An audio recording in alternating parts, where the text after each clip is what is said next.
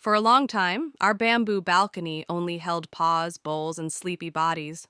One morning, as I watched the sun touch the rail, I thought, and this treehouse should have its own little garden too. So I carried up 3 small clay pots, a bag of soil, and a handful of tiny seeds. Pultu followed every step like a serious assistant. Jojo walked the rail above us like an orange foreman checking the work. On the balcony floor, I made 3 little circles of earth. Moonlight came first to sniff. Vanilla and Oreo sat side by side like flower guardians. Chocolate patted the soil, and Waffle tried to lie inside the empty pot until I gently moved him. Together we planted seeds, some for color, some for nice smells, some just because they were small and brave enough to try. Every day after that, during morning tea, I poured a little water and whispered, "Grow, grow. This is your home now, too." The cats watched the dirt like it was a quiet show. Pultu checked the pots with his nose, making sure they were still there. One morning, I stepped onto the balcony and saw it. A tiny green leaf pushing through the soil like a soft, determined whisper. Then another. Then a third. The bamboo tree house had grown a garden.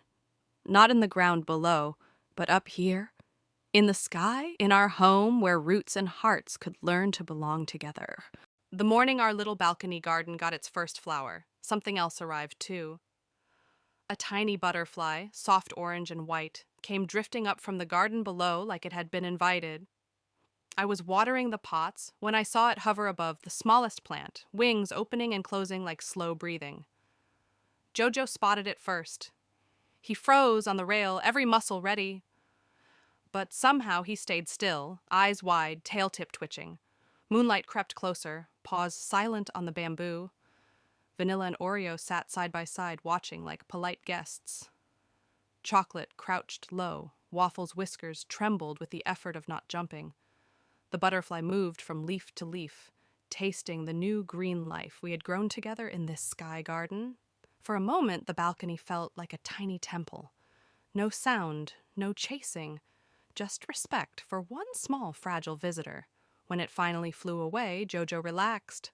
Waffle rolled over in relief. Pultu gave one quiet huff from the doorway, like he'd been guarding the whole scene. I touched the flower and thought, in this bamboo treehouse, even hunters are learning how to hold their hearts very, very gently. One lazy afternoon, the air around the bamboo treehouse felt sleepy. No rescues, no storms, no big jobs, just a soft, empty sky. I looked up at the plain bamboo ceiling and thought, this house has so many stories, it should have its own sky too. I brought up a small box of safe, water-based paints and a tiny brush. Jojo watched from the balcony rail, tail flicking like a metronome. Pultu lay in the doorway, keeping one eye half open, half guard, half nap. I dipped the brush in pale yellow and made a tiny star on the ceiling. One here, one there. Moonlight followed each stroke with her eyes. Vanilla and Oreo lay on their backs so they could watch too. Chocolate tried to catch a drop of light on the wall. Waffle rolled and rolled until he was in the perfect viewing position. Little by little, a soft constellation grew above us. Tiny stars, a small moon, even a clumsy heart. When I was done, I lay down in the middle of them all. The real sky was outside. But now, even on the darkest nights, our bamboo treehouse would have its own private stars, shining over every sleeping rescue below.